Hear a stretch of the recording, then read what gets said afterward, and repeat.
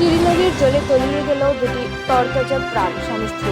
মৃতদেহগুলি উদ্ধার করলে পুলিশ প্রশাসন ও এসডিআরএফ সহযোগে। সোমবার সকাল 7টায় লক্ষ্মীপুর মহকুমার অন্তর্গত শ্রীবার গাঁও পঞ্চায়েতের আওতাধীন কাঙ্গালি বস্তির অন্তর্গত চিরি নদীর ঘাটে নদীতে ভেসে যাওয়া অবস্থায় দুটি মৃতদেহ দেখতে পান স্থানীয় জনগণ। সঙ্গে সঙ্গে স্থানীয়রা খবর পৌঁছান লক্ষ্মীপুর থানায়। খবর পাওয়া মাত্র পুলিশ ঘটনাস্থলে এসে পৌঁছে এসডিআরএফ বাহিনী নিয়ে প্রাথমিক তদন্তের অনেকক্ষণ তল্লাশি করার পর জানা যায় যে জয়পুর থানাধীন লেদিয়াছড়া চা বাগানের দিনমজুর অঞ্জনা কল স্বামী যজ্ঞ কল গত শনিবার কামরাঙ্গা ঘাটের চিরি নদীর ঘাটে স্নান করতে গিয়ে নিখোঁজ।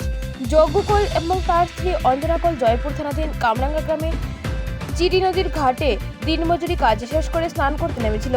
অঞ্জনা কল হঠাৎ করে পা পিছলে নদীতে পড়ে তলিয়ে যায়।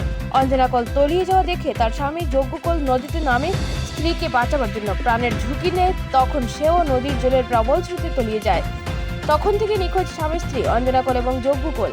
আজ দুদিন পর তাদের মৃতদেহ চিরি নদীতে কাঙ্গালি বস্তির মৃতদেহগুলি উদ্ধার করে পরিবারের লোকেদের হাতে শোষাক্ত করে সমছে দেওয়া হয়। অঞ্জনা কল এবং যজ্ঞ কলের বলে পরিচয় পাওয়া যায়। এসডিআরএফ বাহিনীর সাহায্যে মৃতদেহগুলি নদী থেকে উদ্ধার করে ময়না তদন্তের জন্য শিলচর মেডিকেল কলেজ হাসপাতালে প্রেরণ করেন পুলিশ।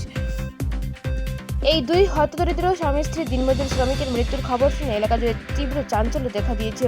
শোকের ছায়া বইছে। লক্ষ্মীপুর থেকে দীপিকা মল্লিকের প্রতিবেদন, হাইলাকান্দি, দর্পণ টিভি।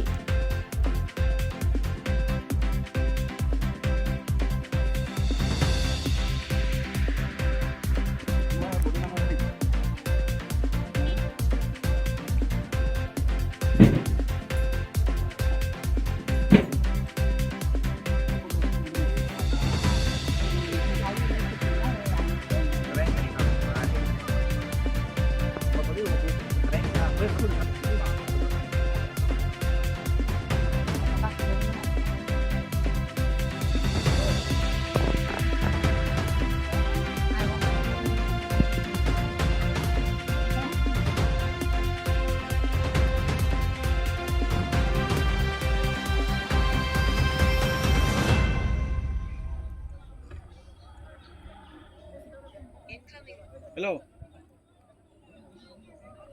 Ayan.